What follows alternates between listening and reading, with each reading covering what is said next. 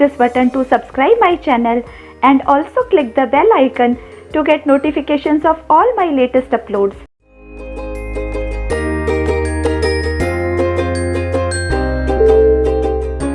Hello बच्चों, welcome back. आप सभी का इस वीडियो में स्वागत है।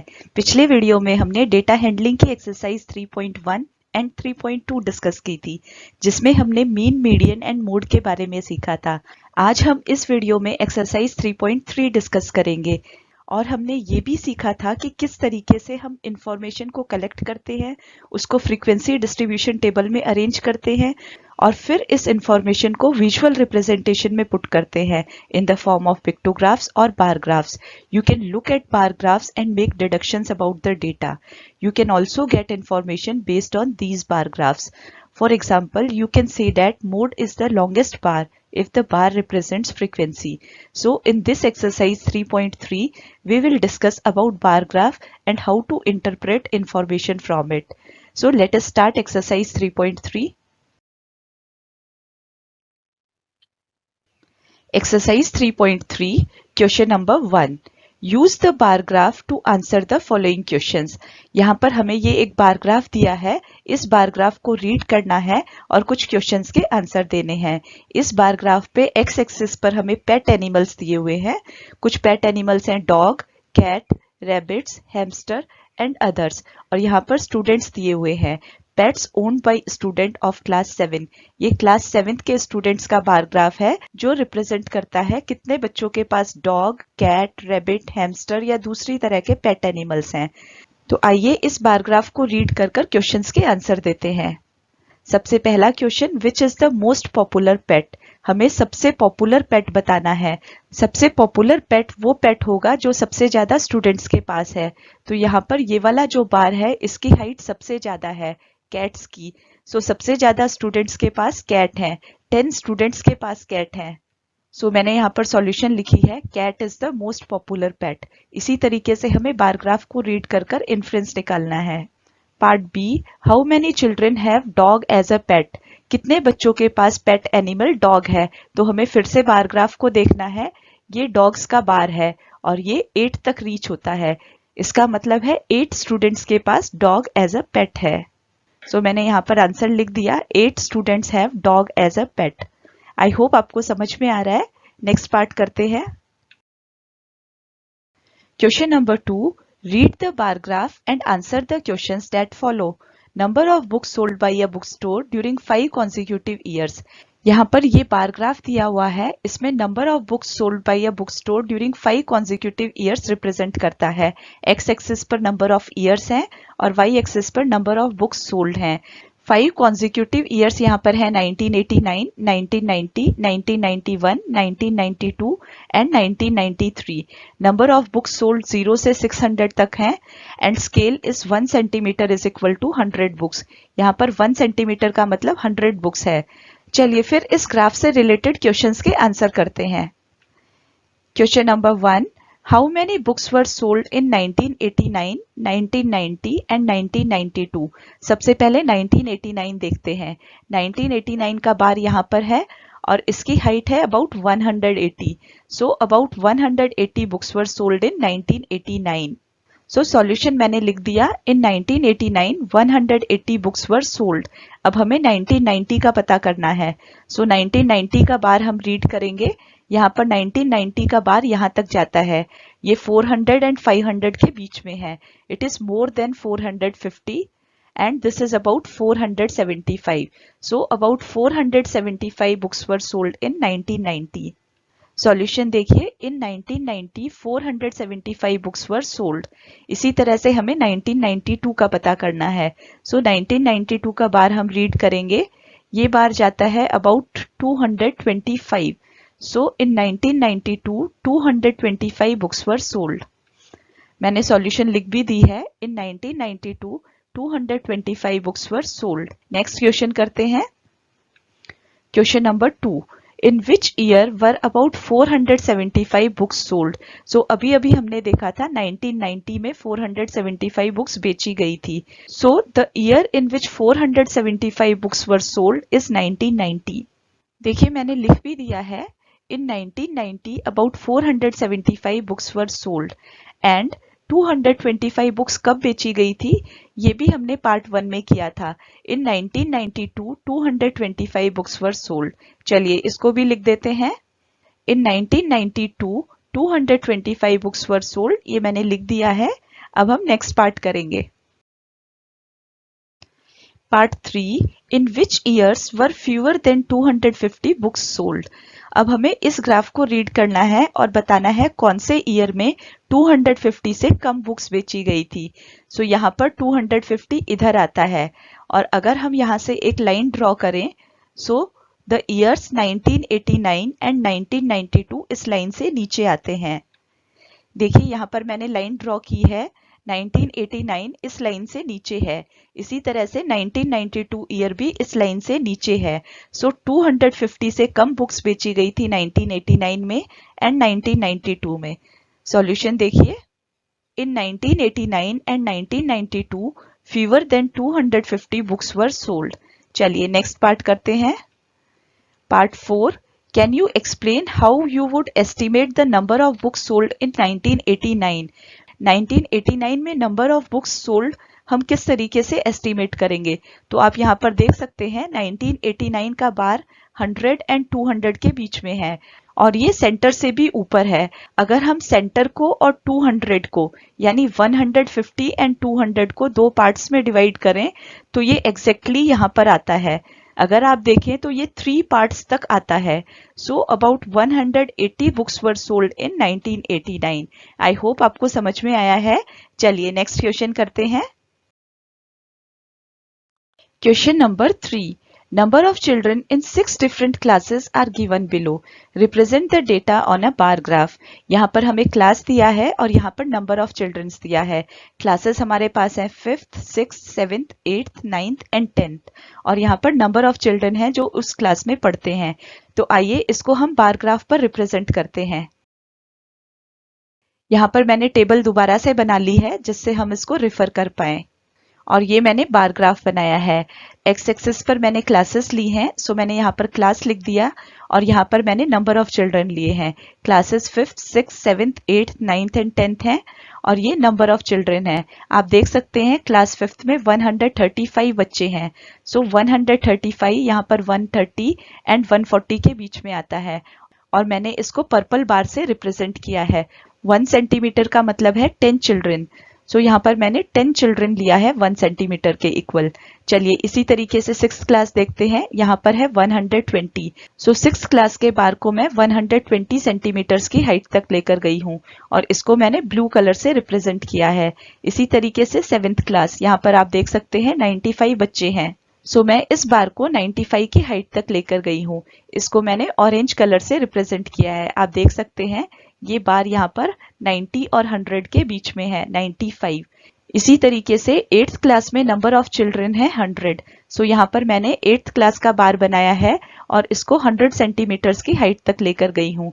इसी तरीके से 9th क्लास 90 स्टूडेंट्स. सो मैं 9th क्लास को 90 की हाइट तक लेकर गई हूँ. आप देख सकते हैं यहाँ पर ये 90 की हाइट तक है. इसी तरीके से 10th क्लास में नंबर ऑफ चिल्ड्रन है 80. सो मैं इसको 80 की हाइट तक लेकर गई हूँ. आप कंपेयर कर सकते हैं. तो इस तरीके से ये मैंने बार ग्राफ बनाया है. आप भी इसको इसी तरीके से बनाएंगे. चलिए अब इससे रिलेटेड कुछ क्वेश्चंस के आंसर देते हैं. इजी रेफरेंस के लिए मैंने यहाँ पर टेबल दोबारा से लिख दी है. Question number 1, how would you choose a scale. Bar graph बनाते टाइम सबसे पहला स्टेप होता है सुटेबल स्केल चूज करना. सो यहाँ पर मैंने scale 1 centimetre is equal to 10 students लिया था. देखिए solution. We will choose a scale as 1 unit is equal to 10 children because we can represent a more clear difference between the number of students of class 7th and that of class 9th by this scale. आप देख सकते हैं class 7th में 95 students हैं और class 9th में 90 students हैं. अगर हम 10 सेंटीमीटर की स्केल लेंगे तो हम इसको क्लियरली बार ग्राफ पर रिप्रेजेंट कर सकते हैं. इसीलिए मैंने 1 unit is equal to 10 children लिया. पार्ट बी करते हैं. Part B, answer the following questions. Part 1, which class has maximum number of children and the minimum. सो आप यहाँ पर नंबर ऑफ चिल्ड्रन देख सकते हैं। सबसे ज्यादा स्टूडेंट्स 5th क्लास में हैं 135। इसी तरीके से सबसे कम स्टूडेंट्स 10th क्लास में हैं। सो इसको हम यहाँ पर लिख देते हैं solution. 5th class has the maximum number of children and the 10th class has the minimum number of children। चलिए अब नेक्स्ट पार्ट करते हैं। Part second, find the ratio of students of class 6th to the students of class 8th। अब हमें class 6th और class 8th के students का ratio निकालना है। So number of children in class 6th आप यहाँ पर देख सकते हैं 120 है and number of students in class 8th 100 है। सो अब हम इसका रेशियो निकालते हैं। देखिए यहाँ पर मैंने लिखा है ratio is equal to number of students in class 6th divide by number of students in class 8th। Number of students in class 6th यहाँ पर हमने देखा था 120 है, सो इसको मैंने न्यूमरेटर में लिख दिया। इसी तरह से number of students in class 8th यहाँ पर 100 दिया है, सो मैंने उसको डिनोमिनेटर में लिख दिया। अब इन दोनों को सिंप्लीफाई करेंगे। सो सबसे पहले ये 0 कैंसिल हो जाएगा इस 0 से, देन ये 2 से डिवाइड होगा, 2 5 जा 10, यहाँ पर 5 आ जाएगा, ये भी 2 से डिवाइड होगा, 2 6 जा 12, सो 6/5। The ratio here is 6:5। Next part करते हैं। Question number 4, the performance of students in first term and second term is given. Draw a double bar graph choosing appropriate scale and answer the following. यहाँ पर हमें ये table दी हुई है जिसमें subjects हैं English, Hindi, maths, science and social science. First term के marks out of 100 दिया है। किसी स्टूडेंट को इंग्लिश में 67 मार्क्स आए हैं और सेकंड टर्म में उसी स्टूडेंट को 70 मार्क्स आए हैं। इसी तरीके से हिंदी में 72 हैं एंड सेकंड टर्म में 65 हैं। मैथ्स में फर्स्ट टर्म में 88 एंड सेकंड टर्म में 95। साइंस में फर्स्ट टर्म में 81 एंड सेकंड टर्म में 85 एंड सोशल साइंस में फर्स्ट टर्म में 73 एंड सेकंड टर्म में 75। इस इंफॉर्मेशन से हमें एक डबल बार ग्राफ बनाना है। डबल बार ग्राफ का मतलब होता है एक ही ग्राफ पर हमको दोनों टर्म्स के मार्क्स प्रेजेंट करने हैं।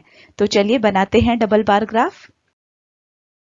ये मैंने टेबल दोबारा से यहाँ पर लिख ली है इजी रेफरेंस के लिए, फिर मैंने इस इंफॉर्मेशन से बार ग्राफ बनाया है। देखिए यहाँ पर फर्स्ट टर्म को मैंने येलो कलर से रिप्रेजेंट किया है और सेकंड टर्म को मैंने ग्रीन कलर से रिप्रेजेंट किया है। एक्स एक्सिस पर मैंने सब्जेक्ट्स लिए हैं English, Hindi, maths, science and social science. इसी तरह से वाई एक्सिस पर मैंने मार्क्स लिए हैं और मार्क्स में 1 centimetre is equal to 10 marks लिया है। दिस इज 1 सेंटीमीटर, ये 10 मार्क्स रिप्रेजेंट करता है। आइए एक एक सब्जेक्ट का देखते हैं। सबसे पहले इंग्लिश में फर्स्ट टर्म में 67 मार्क्स हैं और सेकंड टर्म में 70 मार्क्स हैं। सो मैंने यहाँ पर इंग्लिश सब्जेक्ट को मार्क किया है। फर्स्ट टर्म के 67 मार्क्स यहाँ पर प्रेजेंट किए हैं येलो कलर से और सेकंड टर्म के 70 मार्क्स यहाँ पर प्रेजेंट किए हैं ग्रीन कलर से। चलिए अब दूसरा सब्जेक्ट देखते हैं हिंदी। हिंदी में यहाँ पे फर्स्ट टर्म में 72 मार्क्स हैं और सेकंड टर्म में 65 मार्क्स हैं, उसको मैंने यहाँ पर रिप्रेजेंट किया है। देखिए ये 72 मार्क्स है, यहाँ तक 72 तक जाता है ये, और उसके बाद यहाँ पर 65 मार्क्स मैंने रिप्रेजेंट किए हैं। इसी तरीके से मैथ्स में फर्स्ट टर्म में 88 मार्क्स हैं, सो ये येलो कलर से मैंने 88 तक लेकर गई हूँ। इसी तरीके से मैथ्स में 95 मार्क्स हैं सेकंड टर्म में, सो ग्रीन कलर वाले बार को मैं 95 तक लेकर गई हूँ। फिर आता है साइंस सब्जेक्ट। साइंस सब्जेक्ट में पहले टर्म में 81 मार्क्स हैं, सो येलो बार को मैं 81 तक लेकर गई हूँ और सेकंड टर्म में 85 मार्क्स हैं, सो सेकंड टर्म वाले बार को मैं 85 तक लेकर गई हूँ। ऐसे ही मैंने सोशल साइंस भी रिप्रेजेंट किया है। सोशल साइंस में फर्स्ट टर्म में 73 मार्क्स हैं, सो येलो बार मैं 73 सेंटीमीटर्स की हाइट तक लेकर गई हूँ। इसी तरीके से ग्रीन बार मैं 75 सेंटीमीटर्स की हाइट तक लेकर गई हूँ। इस तरीके से हम इंफॉर्मेशन को बार ग्राफ में रिप्रेजेंट करते हैं। चलिए अब इससे रिलेटेड क्वेश्चंस के आंसर करते हैं। Part 1, in which subject has the child improved his performance the most. कौन से सब्जेक्ट में बच्चे ने सबसे ज्यादा परफॉर्मेंस को इम्प्रूव किया है। सो मैंने यहाँ पर एक बार फिर से बार ग्राफ बना दिया है जिससे हम इसको रीड कर पाए। हमें इस स्टूडेंट की परफॉर्मेंस को कंपेयर करना है फर्स्ट टर्म और सेकंड टर्म को। सो यहाँ पर मैंने सभी सब्जेक्ट्स को कंपेयर किया है। सबसे पहले इंग्लिश में फर्स्ट टर्म में 67 मार्क्स थे और सेकंड टर्म में 70। सो सेकंड टर्म में से फर्स्ट टर्म के मार्क्स को मैंने सब्ट्रैक्ट कर दिया और ये 3 आया। इट मीन्स चाइल्ड ने 3 मार्क्स का इम्प्रूवमेंट शो किया है। इसी तरीके से हिंदी सब्जेक्ट आप देख सकते हैं, यहाँ पर हिंदी फर्स्ट टर्म में उसको 72 मार्क्स थे और सेकंड टर्म में 65। So second term minus first term मैंने यहाँ पर किया है 65 माइनस 72, ये -7 शो करता है। -7 मीन्स हिंदी में उसकी परफॉर्मेंस 7 मार्क्स डाउन गई है। इसी तरीके से मैथ्स के मार्क्स को मैंने सब्ट्रैक्ट किया और ये 7 आया। और इसी तरीके से साइंस एंड सोशल साइंस के मार्क्स का डिफरेंस भी मैंने फाइंड आउट किया है। Second term minus first term, science में 4 आता है एंड सोशल साइंस में 2 आता है। अब हमसे क्वेश्चन पूछा गया था, in which subject has the child improved his performance the most. सबसे ज्यादा परफॉर्मेंस उसने यहाँ पर इम्प्रूव की है, ये सब्जेक्ट है मैथ्स। देखिए solution, there was a maximum increase in the marks obtained in maths. Therefore, the child has improved his performance the most in maths. चलिए नेक्स्ट क्वेश्चन करते हैं। Part 2, in which subject is the improvement the least? सबसे कम improvement कौन से subject में है? सो हम यहाँ पर देख सकते हैं सबसे छोटा नंबर है 2, सबसे कम इम्प्रूवमेंट सोशल साइंस में है। हम यहाँ पर हिंदी नहीं लेंगे क्योंकि हिंदी में इम्प्रूवमेंट नहीं है, हिंदी में वो डाउन गया है, इम्प्रूवमेंट सोशल साइंस में है। सो सॉल्यूशन देखिए, from the graph it can be concluded that the improvement was the least in social science. I hope आपको समझ में आ रहा है। नेक्स्ट पार्ट करते हैं। Part 3, has the performance gone down in any subject? क्या किसी सब्जेक्ट में परफॉर्मेंस डाउन भी गई है? So yes, it is Hindi. आप यहाँ पर देख सकते हैं हिंदी में second term and first term का डिफरेंस -7 है। इट मीन्स हिंदी में परफॉर्मेंस डाउन गई है। आप ग्राफ में भी देख सकते हैं, यहाँ पर फर्स्ट टर्म में उसके मार्क्स ज्यादा थे और इधर ये वाला बार उससे छोटा है। सो हिंदी में परफॉर्मेंस डाउन गई है। यहाँ पर मैंने लिख भी दिया है, from the graph it can be observe that the performance in Hindi has gone down.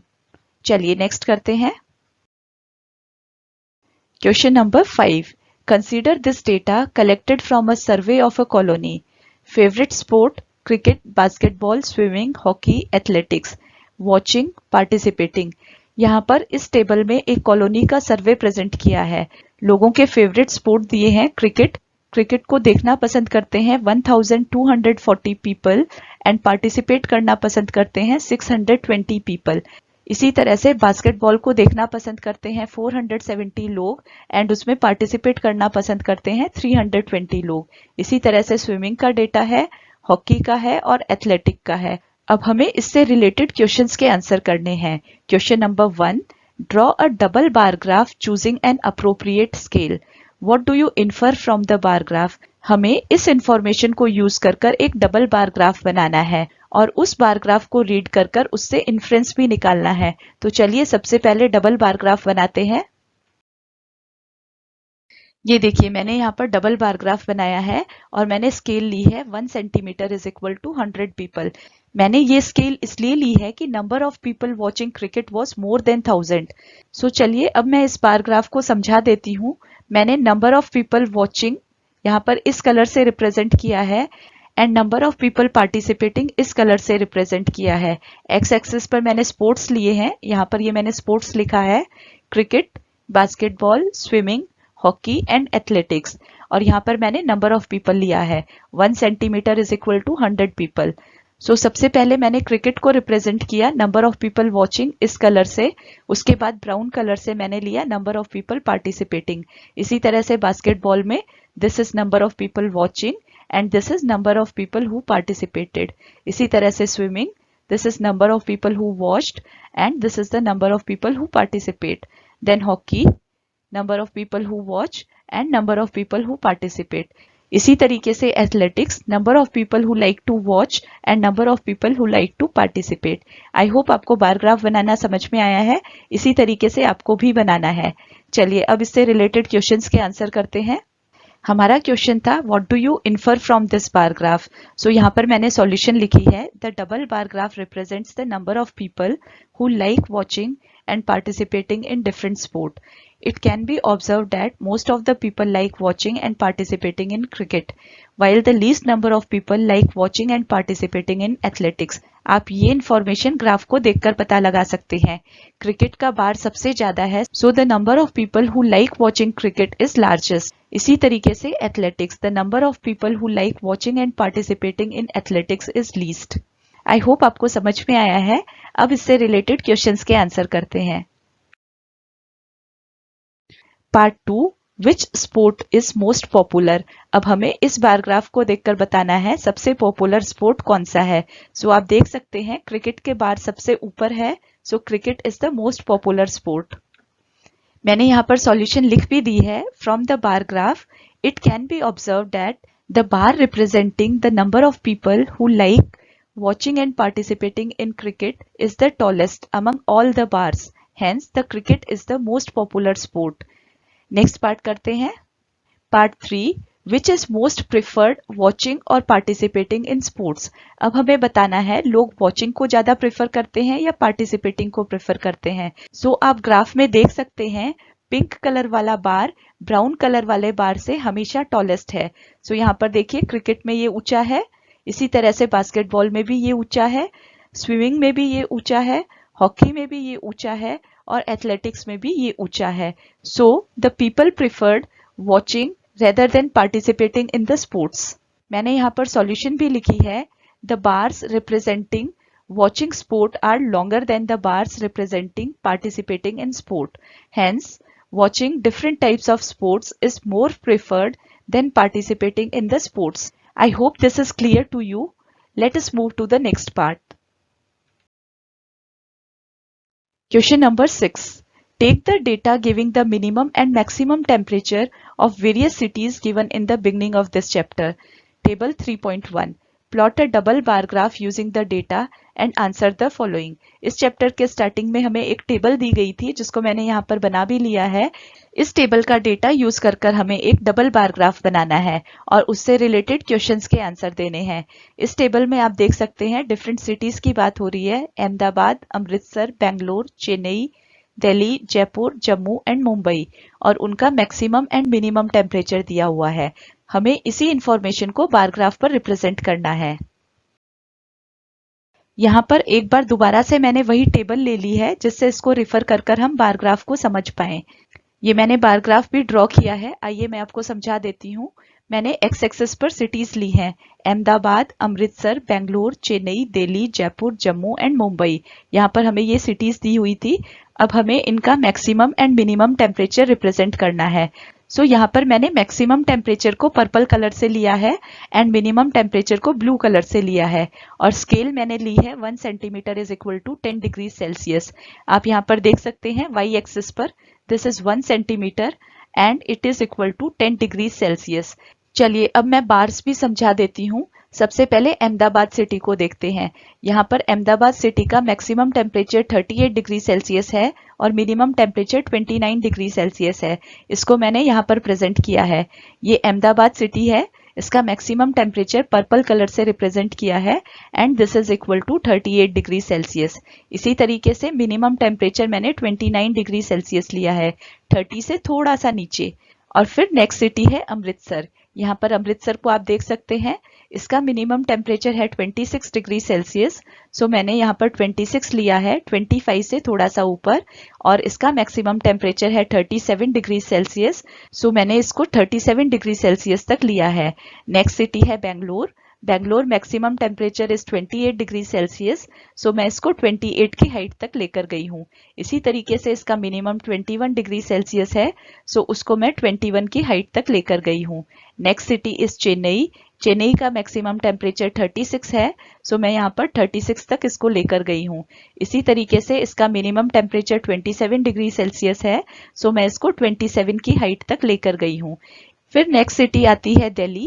Delhi का मैक्सिमम टेम्परेचर 38 डिग्री सेल्सियस, जिसको कि मैंने यहाँ पर 38 की हाइट तक प्रेजेंट किया है। इसी तरीके से इसका मिनिमम टेम्परेचर 28 डिग्री सेल्सियस है, सो मैं इसको 28 की हाइट तक लेकर आई हूँ। ऐसे ही मैंने जयपुर को प्लॉट किया है। जयपुर का मैक्सिमम 39 डिग्री सेल्सियस है एंड जयपुर का मिनिमम 29 डिग्री सेल्सियस है, सो यहाँ पर मैंने 29 डिग्री सेल्सियस तक प्लॉट किया है। फिर आता है जम्मू। जम्मू का मैक्सिमम टेम्परेचर 41 डिग्री सेल्सियस है, सो मैं इसको 41 डिग्री सेल्सियस की हाइट तक लेकर आई हूँ। और जम्मू का मिनिमम टेम्परेचर 26 डिग्री सेल्सियस है, सो मैं उसको 26 डिग्री सेल्सियस की हाइट तक लेकर गई हूँ। नेक्स्ट है Mumbai. Mumbai maximum temperature 32 degree Celsius, so इसको मैं 32 की हाइट तक लेकर गई हूँ। इसी तरीके से मुंबई का मिनिमम 27 डिग्री सेल्सियस है, सो मैंने उसको यहाँ पर रिप्रेजेंट किया है। आई होप आपको डबल बार ग्राफ समझ में आ रहा है। आइए अब इस ग्राफ से रिलेटेड क्वेश्चंस के आंसर करते हैं। Question number 1, which city has the largest difference in the minimum and maximum temperatures on the given date? अब हमें इस बार ग्राफ को देखकर इस क्वेश्चन का आंसर देना है। हमें वो सिटी बतानी है जिसके मैक्सिमम टेम्परेचर और मिनिमम टेम्परेचर में सबसे ज्यादा डिफरेंस हो। सो यहाँ पर हम देख सकते हैं ये मैक्सिमम है, ये मिनिमम है, ये मैक्सिमम है, ये मिनिमम है। This is maximum, this is minimum, maximum, minimum, maximum, minimum, maximum, minimum. यहाँ पर आप देखिए मैक्सिमम और मिनिमम में ये जो डिफरेंस है ये सबसे ज्यादा है। So Jammu is the city which has the largest difference in minimum and maximum temperatures on the given date. Solution देखिए, मैंने यहाँ पर लिख दिया है, from the graph it can be concluded that Jammu has the largest difference in its minimum and maximum temperatures on 20 June 2006. चलिए next part करते हैं। Part 2, which is the hottest city and which is the coldest city? अब हमें hottest city बताना है। So यहाँ पर आप देख सकते हैं जम्मू का मैक्सिमम टेम्परेचर सबसे ज्यादा है, it is 41 degree Celsius. So Jammu is the hottest city. Next question था which is the coldest city. So coldest city में आप यहाँ पे देख सकते हैं, आपको ब्लू वाला बार ग्राफ देखना है। सबसे छोटा ये है Bangalore. So Bangalore is the coldest city. Bangalore का टेम्परेचर 21 डिग्री सेल्सियस है जो सबसे कम है। मैंने यहाँ पर सॉल्यूशन लिखी है, from the graph it can be concluded that Jammu is the hottest city and Bangalore is the coldest city. I hope bar graph को रीड कर कर इन्फ्रेंस निकालना आपको समझ में आ रहा है। चलिए नेक्स्ट पार्ट करते हैं। Part 3, name two cities where maximum temperature of the one was less than the minimum temperature of the other. अब हमें इस टेबल को रीड कर कर दो शहरों के नाम बताने हैं जिनका मैक्सिमम टेम्परेचर दूसरे शहर के मिनिमम टेम्परेचर से भी कम हो। सो आइए एक बार फिर से इस टेबल को रीड करते हैं। यहाँ पर आप देखिए बेंगलोर का मैक्सिमम टेम्परेचर है 28 डिग्री सेल्सियस और जयपुर का मिनिमम टेम्परेचर है 29 डिग्री सेल्सियस। इसका मतलब बेंगलोर का मैक्सिमम टेम्परेचर जयपुर के मिनिमम टेम्परेचर से भी कम है। सो पहला पेयर हमारा होगा बेंगलोर एंड जयपुर और दूसरा पेयर होगा अहमदाबाद एंड बेंगलोर। आप यहाँ पर भी देख सकते हैं अहमदाबाद का मिनिमम टेम्परेचर है 29 डिग्री सेल्सियस और बेंगलोर का मैक्सिमम 28 डिग्री सेल्सियस है। अहमदाबाद का मिनिमम टेम्परेचर बेंगलोर के मैक्सिमम टेम्परेचर से भी ज्यादा है। अब सॉल्यूशन देख लीजिए, मैंने यहाँ पर लिखा है बेंगलोर एंड जयपुर, ये पहला पेयर लिया था। दिस इज जयपुर, इसका मिनिमम टेम्परेचर 29 है और बेंगलोर का 28 है। दूसरा पेयर मैंने लिया बेंगलोर एंड अहमदाबाद। बेंगलोर का मैक्सिमम 28 डिग्री सेल्सियस है और अहमदाबाद का मिनिमम 29 डिग्री सेल्सियस है। So for Bangalore the maximum temperature was 28 degrees Celsius while the minimum temperature of both the cities Ahmedabad and Jaipur was 29 degrees Celsius. I hope आपको समझ में आया है। चलिए नेक्स्ट पार्ट करते हैं। Part 4, name the city which has the least difference between its minimum and the maximum temperature. आपको इस ग्राफ को देखकर ऐसे सिटी का नाम बताना है जिसके मैक्सिमम और मिनिमम टेम्परेचर में सबसे कम डिफरेंस हो। तो चलिए एक बार फिर से बार ग्राफ को देखते हैं। यहाँ पर देखिए this is maximum, this is minimum, maximum, minimum, maximum, minimum, maximum, minimum, maximum, minimum, maximum, minimum, maximum, minimum, maximum, minimum. आप देख सकते हैं Mumbai is the required city. यहाँ पर मैक्सिमम टेम्परेचर और मिनिमम टेम्परेचर का डिफरेंस सबसे कम है। अगर हम इसको सब्ट्रैक्ट कर दें तो ये ऊपर जो रेक्टेंगल आता है ये सबसे छोटा मुंबई में ही आएगा। यहाँ पर भी आप देख सकते हैं यहाँ पर अगर आप इस तरीके से लें तो ये रेक्टेंगल काफी बड़ा है, ये वाला रेक्टेंगल भी बड़ा है, ये रेक्टेंगल भी बड़ा है। इसी तरीके से सभी रेक्टेंगल्स बड़े हैं और सबसे छोटा है मुंबई का। So Mumbai is the required city. मैंने सॉल्यूशन भी लिख दी है। From the graph it can be concluded that the city which has the least difference between its minimum and maximum temperatures is Mumbai. I hope bar graph से related ये exercise आपको easy लगी होगी, आपने बहुत कुछ सीखा होगा इस एक्सरसाइज में। बस इतना ही, फिर मिलते हैं नए वीडियो में नई एक्सरसाइज के साथ। तब तक पढ़ते रहिए, सीखते रहिए, शेयर करिए और अगर वीडियो पसंद आता है तो लाइक भी कर दीजिए।